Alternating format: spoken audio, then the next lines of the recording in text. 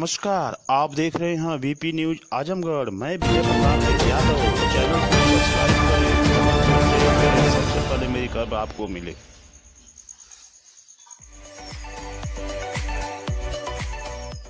आपका विश्वास हमारा प्रयास, चलो विकास की ओर। जिला पंचायत क्षेत्र अराजी देवारा करखिया से महाप्रधान पद के कर्मठ, संघर्षशील, जुझारू, ईमानदार प्रत्याशी, 24 घंटा समाज सेवा के लिए तत्पर रहने वाले आपका अपना विजय प्रताप यादव पत्रकार को चुने। वोट करे, सपोर्ट करे, बड़े बुजुर्ग आशीर्वाद दे।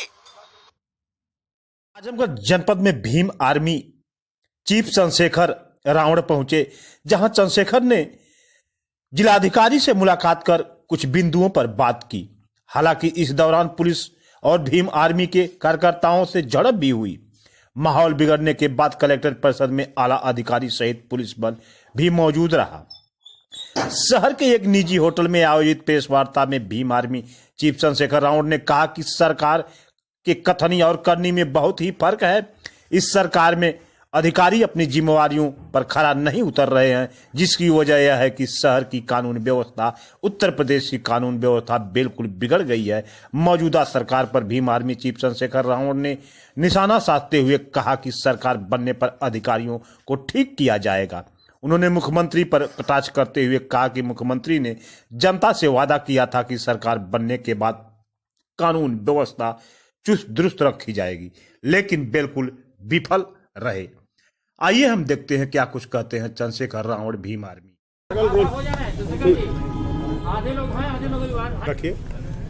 देखिए, हम लोग आज आजमगढ़ में हैं और आजमगढ़ में कानून व्यवस्था का बुरा हाल है। पिछले एक महीने में रात में आया था, मैंने चेक किया तो 40 से ज्यादा घटनाएं हुई जिसपे कोई सकारात्मक कार्रवाई नहीं हुई। पिछली बार मैं आया था बांसगांव प्रकरण में, जहां प्रधान सत्यमेव जयते की हत्या हुई थी, लेकिन मुझे अतरौली बॉर्डर पर रोक दिया गया था उस टोल टैक्स पे, और मुझसे कहा गया कि हम वहां न्यायोचित कार्रवाई करेंगे। आशा और उम्मीद थी कि न्यायोचित कार्रवाई होगी, लेकिन पीड़ित परिवार की जो मांगे जिलाधिकारी द्वारा स्वीकृत की गई थी कि हम करेंगे, उसमें कोई सकारात्मक कदम नहीं उठाया। तो मैं भी मिल के आया हूँ जिलाधिकारी से और उनसे पूछ के आया हूँ कि वो इस चेयर पे हैं तो क्या जनता का कार्य नहीं होगा क्या। तो उनको इस बात पे खेद है और आशा और उम्मीद है कि अब वो जिम्मेदारी से काम करेंगे। लेकिन उत्तर प्रदेश की बिगड़ती कानून व्यवस्था में गरीब आदमी का जो विश्वास है वो सरकार खो चुकी है, और मुझे लगता है कि इस मुख्यमंत्री को इस्तीफा दे देना चाहिए, क्योंकि वो कानून व्यवस्था दुरुस्त नहीं कर पा रहे। उन्होंने बहुत वादे किए थे। उन्होंने कहा था कि हम बच्चों को जो है वो स्कॉलरशिप देंगे, ग्रेजुएशन तक फ्री पढ़ाएंगे, बिजली व्यवस्था ठीक करेंगे, यहाँ जो है कुशासन जो चल रहा है कानून व्यवस्था ठीक करेंगे, और तमाम वादे किए थे। वो धरातल पे कहीं नहीं दिख रहे हैं। तो ये सरकार जो है झूठे वादों पर टिक रही है और ज्यादा दिन ये सरकार टिकी नहीं रहेगी। हम आजमगढ़ में एक मजबूत संगठन तैयार करेंगे और आने वाले चुनाव में मजबूत जो है अपनी बात मजबूती से रखेंगे। पीड़ित परिवार की मांग क्या है? पीड़ित परिवार की मांग ये है कि वो जो ग्राम प्रधान थे वो तो अभी यहाँ नहीं रहे हैं। मैंने डीएम साहब से पूछा कि आप ये बताइए, वो मुझसे कह रहे थे कि भाई हम यहाँ जो कार्रवाई तो हुई है। मैंने कहा किसी की हत्या करने का अधिकार किसी को किसने दिया? और अगर ये बढ़ रही हैं लगातार और आप यहाँ कुर्सियों पे हैं तो आप यहाँ क्यों हैं? आप भी तो जनता के नौकर है, तनख्वाह के लिए तो यहाँ तनख्वाह आपको मिलती है। तो मुझे तो तनख्वाह नहीं मिलती, लेकिन आप अपना काम जिम्मेदार से क्यों नहीं कर रहे हैं? तो पीड़ित परिवार की मांग थी कि उन बच्चों की पढ़ाई कैसे होगी जिनके फादर चले गए, और उनका जीवन कैसे यापन होगा जिनके फादर अब इस दुनिया में नहीं रहे। उनकी प्रधानी तो चली गई, लेकिन जो सम्मान भी था दलित समाज का वो भी गया। उस सम्मान को आप कैसे लौटाएंगे? आज भी पीड़ित परिवार डरा हुआ है, कोई सुरक्षा व्यवस्था वहां नहीं है। तो मुझे खेद है कि बड़ी बड़ी बातें हो रही लेकिन काम नहीं हो रहा है, दुखद है। जातिगत मुद्दों की बात की जाए तो और भी दलित परिवार पे कई उत्पीड़न हुए हैं, उन पर आपकी नजर कब तक पड़ेगी? और मैंने उन सारियों को लिस्टेड करके मैंने बताया कि वो लगभग 39-40 घटना थी। मैंने वो डीएम साहब के सामने रखी है कि भाई ये बताइए कि अगर आप यहाँ व्यवस्थित तरीके से काम कर रहे हैं तो ये इन घटनाओं पे काम क्यों नहीं हो रहा है?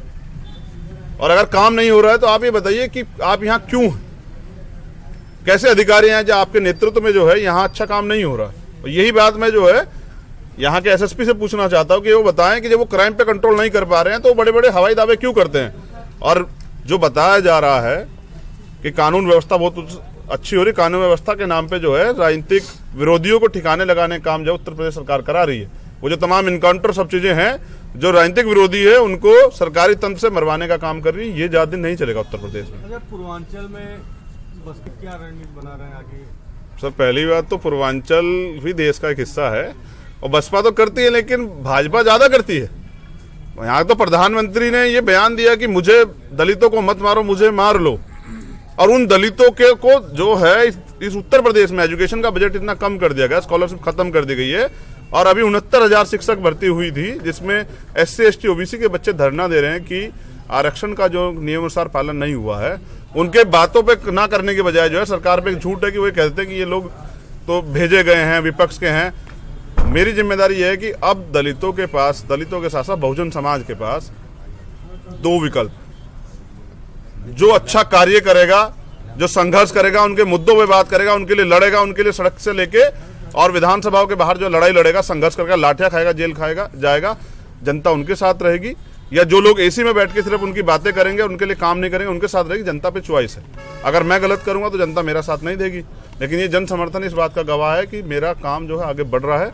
अब मैं यहाँ एक मजबूत संगठन का निर्माण करूंगा, वो संगठन जो यहाँ गरीबों की, कमजोरों की, शोषित वंचितों की लड़ाई को मजबूती से लड़ेगा। चुनाव में भी अपनी सहभागिता जी, पंचायत चुनाव में ईमानदार और संघर्षशील वो लोग जो संघर्ष करते हैं और समाज में जिनकी पहचान है, भले ही वो गरीब हो, उनको मौका दिया जाएगा और उनको आगे बढ़ने का मौका इसलिए मिलेगा क्योंकि लोकतंत्र बनाया इसलिए गया था कि गरीब व्यक्ति भी राजनीति कर सके और अपने समाज का भला कर सके। आभार, धन्यवाद।